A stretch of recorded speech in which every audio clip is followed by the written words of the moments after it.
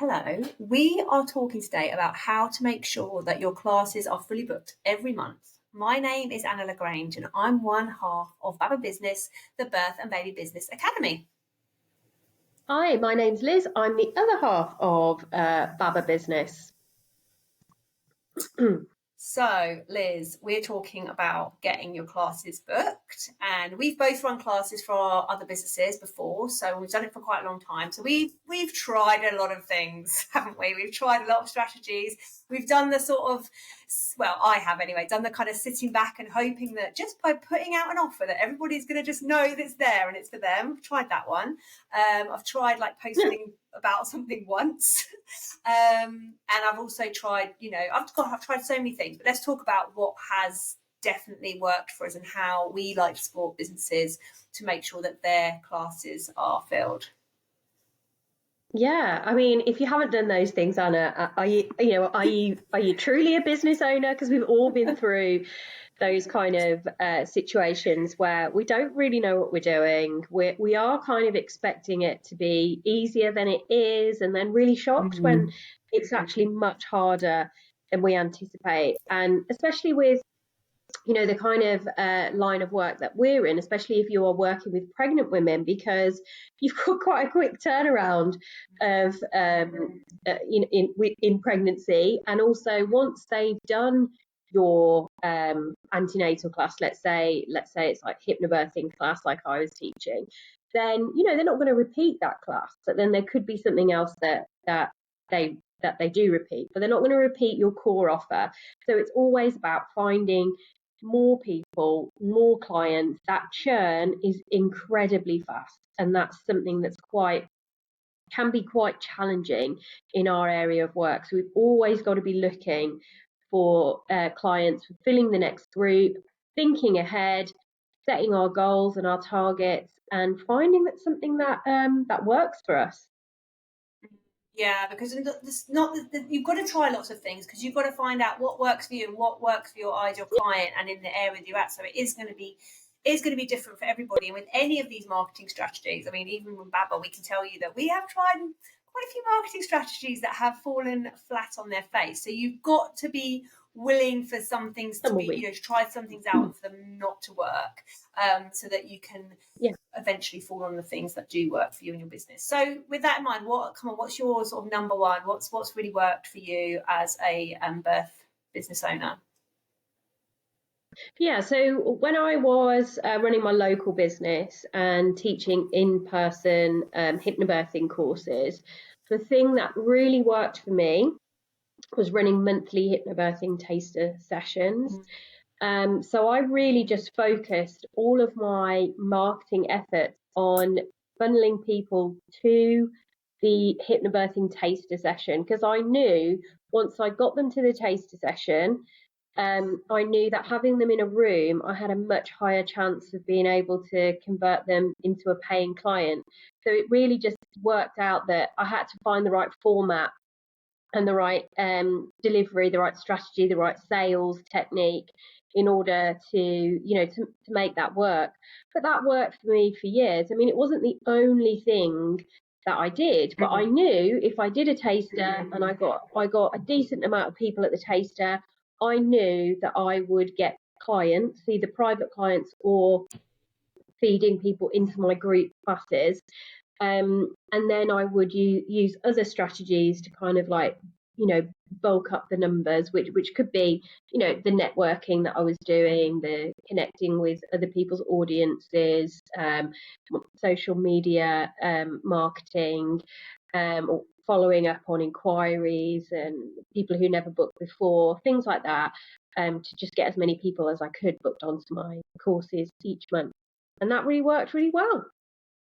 Yeah, there's a couple of things as you're talking there that really stood out for me. The first thing you were saying sounds like you had a customer journey in mind, like a sort of sometimes we'll just sort of chuck stuff out randomly, won't we, and sort of hope it lands. But with a bit of planning and sort of strategy, then we sort of take our customers, and especially like you say in pregnancy, but also in that early stage of parenthood, thinking about how's someone going to find me, what are the steps. So it could be, like you say, seeing a social media post. It could be a recommendation by a friend of theirs. It could be like for us as listening to this podcast. Obviously, it's going to be different for other people, but so you've got to have that sort of entry point and then work out then what would be the next steps that they would take. So, for example, you could have all this all singing, all dancing social media. That's, you might have quite a lot of followers, but unless you are giving them calls to action to tell them what step to take next to work with you, then they're not necessarily going to know. They might love your content, but necessarily going to know, okay, this is what Liz offers and this is how I buy it from her. So it's about making that customer journey as sort of smooth and making it a journey so that you've kind of got an idea of how people actually get your service. And making it simple as well. Making it really simple as well. So I found that if I was talking about, like my private client work, or I was talking about my hypnobirthing courses or my relaxation sessions, and then my taster as well, there was too much going on really, that people were sort of unsure how to work with me. So I really just, and I did kind of, I did do posts with, details of how they could work for me. But my focus was really on, come to this hypnobirthing taster and this is how you will feel, So come to this hypnobirthing taster and I'll help you understand why you're so scared. Like, come to this hypnobirthing taster, I'll tell you how to feel better. And so really the focus was totally on like how they're going to feel once they've been to the taster. And once they're there, then it's about selling the services. And you've already, once they walk into the room and then they've heard you, they've connected with you, they understand like what hypnobirthing is, because that was the biggest thing for me, was that people were a bit unsure of what it was and whether it was for them. So once they're in that room, I was able to tell them how easy, how normal, how like effective it was. And then they were more likely to book onto my services. So just keeping it really simple and directing them into one place really, really worked for me. Yeah, I think that's a really good idea. So whether it's a taster, whether it's like your free weekly group that you run, anything really. It could be a low price offer, like it could even be a freebie. So you get everybody to like just get your freebie, and then you've got their email. So then they're on an email chain, and you're emailing them about then your offers. So there's so many different first points for people to engage with you. So I really like the simplicity of that. And I think the other thing that you said that stood out for me is the follow-up. People do not follow up enough, and so often we tell ourselves stories about why somebody hasn't booked or why someone hasn't got back in touch, and then it kind of starts bringing up a fear in us that they're not interested in us, we don't want to hassle them, we don't want to be salesy, and we don't reach out. But actually that follow-up is so important. And I always encourage people to think, if there's something you really want to do, I used this example in a different podcast episode a few weeks ago, but it can be something you really want to buy, but you might just not have got around to it yet, and that follow-up from you could be the trigger. They're like, oh yeah, I do really want to book on that, I just haven't got around to it, I haven't had time, or I forgot, whatever. So follow-up is really, really key. If they don't want it, they'll tell you, and then that's it, you can leave them to it. But until that moment, there's somebody who was interested in your services, and therefore following up is very, very important to filling your classes, I would say. Definitely. Yeah, I think people are a bit afraid or a bit shy or a bit worried about following people up, but I totally agree. I follow up somebody until they're like, I don't want to do that. Oh, okay, then that's fine. That's all you need to tell me, and then I'm off. That's not. There's no hassle there. And whether it's just a quick email or a quick text, I know you can obviously pick up the phone, and sometimes I will do that if I've had a great conversation with somebody and then not heard back from them. I will just phone them again and be like, oh hey, we had that great conversation, just wondered how things were going, and if you've got any more questions. But most of the time I will follow people up on WhatsApp or email or DMs or however I've been communicating with them. And if they decide they don't want to engage with me, then that's on them. And if they decide they don't want to book, that is also on them, not on me. So yeah, you can't. I think it's just a little bit of reframing when it comes to follow up and the potential feeling of being rejected or feeling a little bit like a nuisance. And like you said, just go back to how you operate. Like, how many times do you have to see something or hear something before you actually buy it? For me, it's a lot. I take a long time to make a decision about buying something. Yeah, I'm usually quite a quick, impulsive person, but over the years, I suppose perhaps as money's become a bit tighter, but maybe I've just got a little bit wiser and older, I'm less impulsive. I do take longer to book something. I'm a little bit more discerning and think through my purchases a bit more carefully. It doesn't mean I want to do what it is I'm looking into any less. It just means that that I just it's going to take a bit more time. So yeah, I really like that.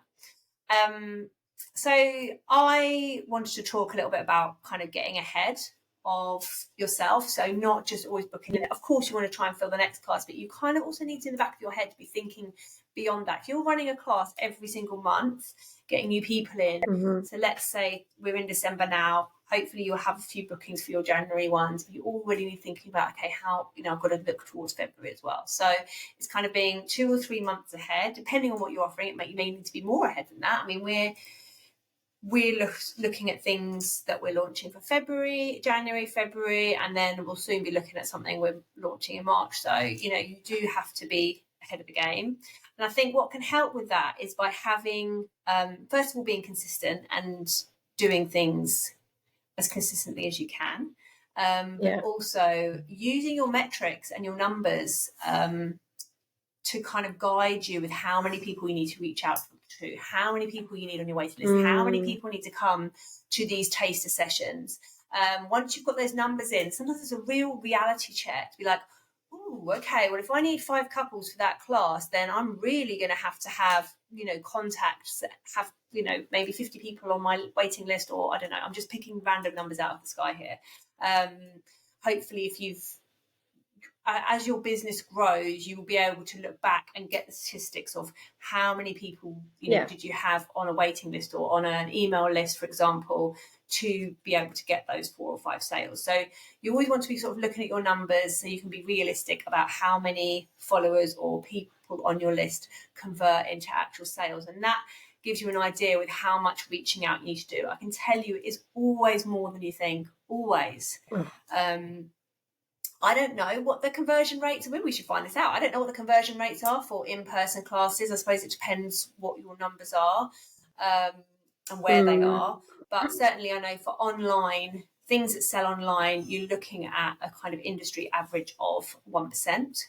So that means that if you are selling an online product, you would need 100 people on your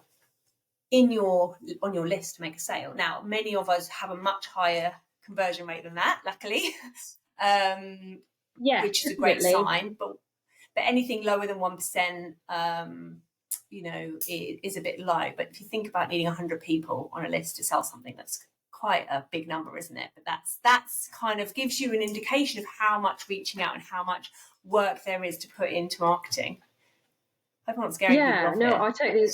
No, I was going to say, I hear where you're coming from, but everyone's gone, what? And you've switched off the podcast. Just to like maybe put that into context, like let's say that they're working in person and they're looking for 4 couples for their mindful breastfeeding group or their hypnobirthing group, or they're looking for 5 parents for their baby massage or like baby sensory, whatever group it is. I always say, like, look at that and then zoom out, right? Are there 5 couples in your area that you think could need your help? Of course there is, because you live in an area that, even if you live in the countryside, you live in an area that has more than 5 couples. You have access to a lot of people. There are people in your area who are pregnant or who are parents.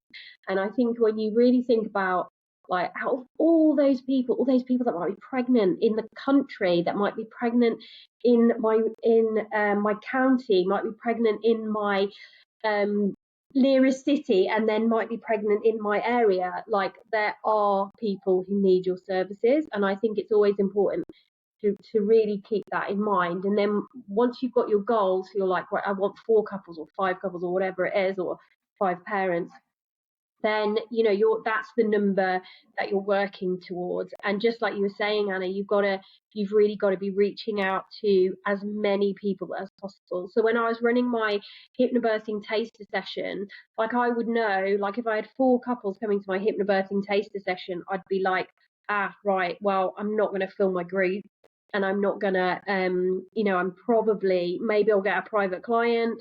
I'm not going to fill my group though, because the likelihood of all 4 couples, I mean, stranger things have happened, but the likelihood of all 4 couples booking on that evening is not that high. So you have to work to the point that the more people you have in your funnel, then the more likely you are to absolutely hit those numbers. And working online can be really challenging in terms of you're having to connect with much more people to fill those groups and those classes. And it's probably because there is a disconnect between the know, like, trust factor, because you don't have that in-person connection and communication. I mean, I would argue that it's easier when you get people in a room to get them to book onto your courses than it is when you are when you are on like an online masterclass or something.